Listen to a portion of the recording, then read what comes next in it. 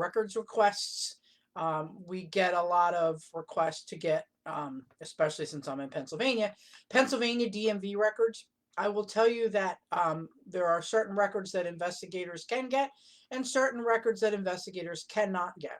For example, in the state of Pennsylvania, there is no way, no how I can get a driver's record unless the subject fills out the actual DMV request form. That's impossible to do. I can get title information, registration information, and whatnot, but Pennsylvania is not online for anything.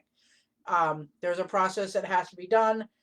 If you're lucky enough to have access to go into the DMV, they're still only letting people in at 2-hour time frames. So you have to sign up a week in advance to when you want to go in. You request your verbal, and regardless if the client needs it or not, you still have to request hard copies, and then they FedEx the documents back to you. That's their process. The state of New Jersey, for example, is online for certain things, but they do not have insurance online. That is kept on microfilm. So keep in mind that there's record requests that we can do, records requests that we can get online. And when I'm telling you about DMV searches, I'm not telling you that we're doing it through some database, the TLOs, the IRBs. I'm talking about straightforward one-on-one record requests. That's what I want to talk about. Make sure that if you're asking for DMV records, that they're coming direct from online, because if they're not online, but direct from the DMV carrier itself. If they're not coming direct from the DMV carrier itself, they're not going to be admissible in court. Another big one we get requests for is phone records. Can't get them. I cannot get cell phone bills, cell phone records, any kind of phone records whatsoever. I cannot get bank account records. You have to subpoena the bank. I can do an asset search and tell you what the bank is, but that's it. I can't tell you how much is in the bank. I can't give you account numbers. I can't do anything like that. I can't get bank statements. That's subpoena only. So they're the big requests, the big three requests as a private investigator I get is, DMV records of some sort.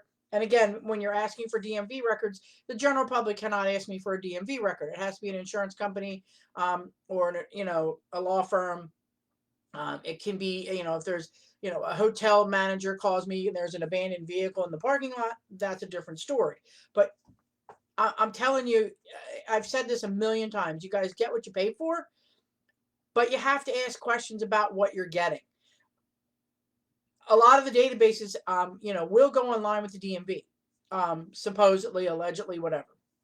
There's third parties that say they go directly online to the DMV. They don't. I'm telling you they don't.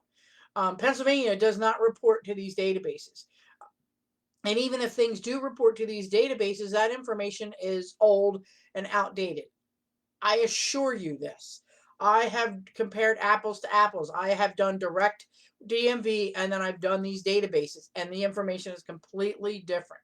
So keep in mind, there's only certain things that a private investigator can do, and everything you see on TV that they do, like, on Magnum, they get the bank records. That's totally illegal. They can't do that. That's not legal. So if you've seen it on a TV show or one of those true TV shows, it is illegal as all get out. I promise you. I bet my license on it. So if you're looking for, a way to get records correctly, make sure you ask the proper questions. We're here always to help. I can always tell you if they're online or not, and